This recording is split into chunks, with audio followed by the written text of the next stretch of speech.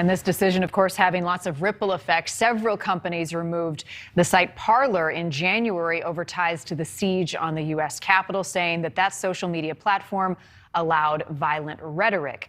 Apple recently approved Parler's return after the company said it made improvements to better detect hate speech and incitement. But tonight, Parler's interim CEO told me the app had nothing to do with the January 6th attack at the Capitol in the first place.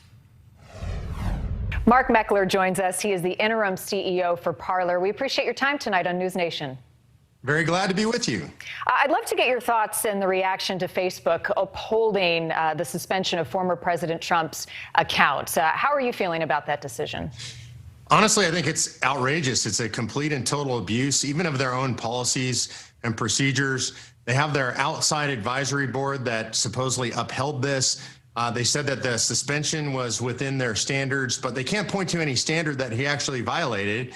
They talk about his posts around the January 6th event, but if you look at what Democrats have done literally for months during last summer while the country was burning, they supported much worse and in a much more direct way than President Trump did. To me, it shows that there are no standards except for double standards. Do you believe that the former president and Parler as well played no role in what we saw on January 6th?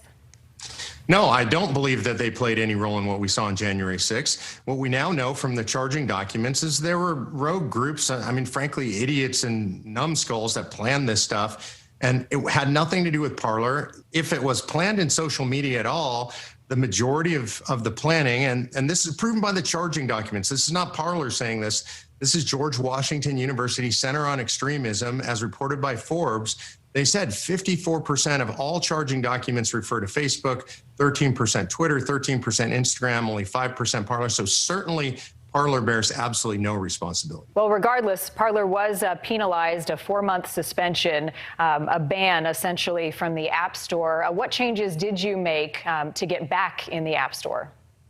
Well, it's important to note we as Parler didn't make any changes to our platform. Our platform remains as it was prior, in other words, uncensored, other than stuff that doesn't fit within the First Amendment, stuff that's illegal.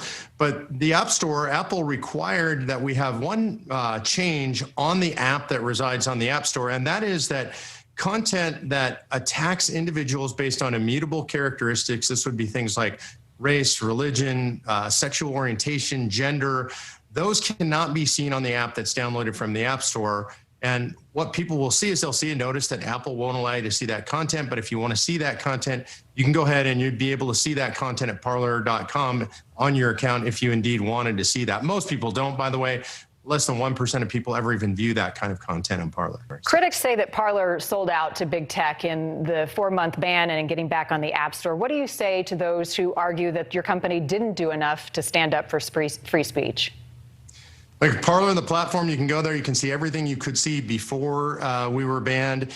And the only difference now is we're going to point out, and we're going to do this publicly, and you're going to see it on the app. We're going to point out that Apple is censoring posts, not Parler, but Apple, because that's what's on the App Store. Our goal is to reach the American public and the worldwide public with the most free speech platform available. And will the former president have a voice on Parler? Well, certainly he's invited to have a voice on Parler. We would love to have President Trump on Parler, but equally we would love to have President Biden on Parler as well. Parler is a nonpartisan platform. It's a platform that's intended for this free expression and discussion of ideas. Mark Meckler, Parler interim CEO. Appreciate your time. Thank you.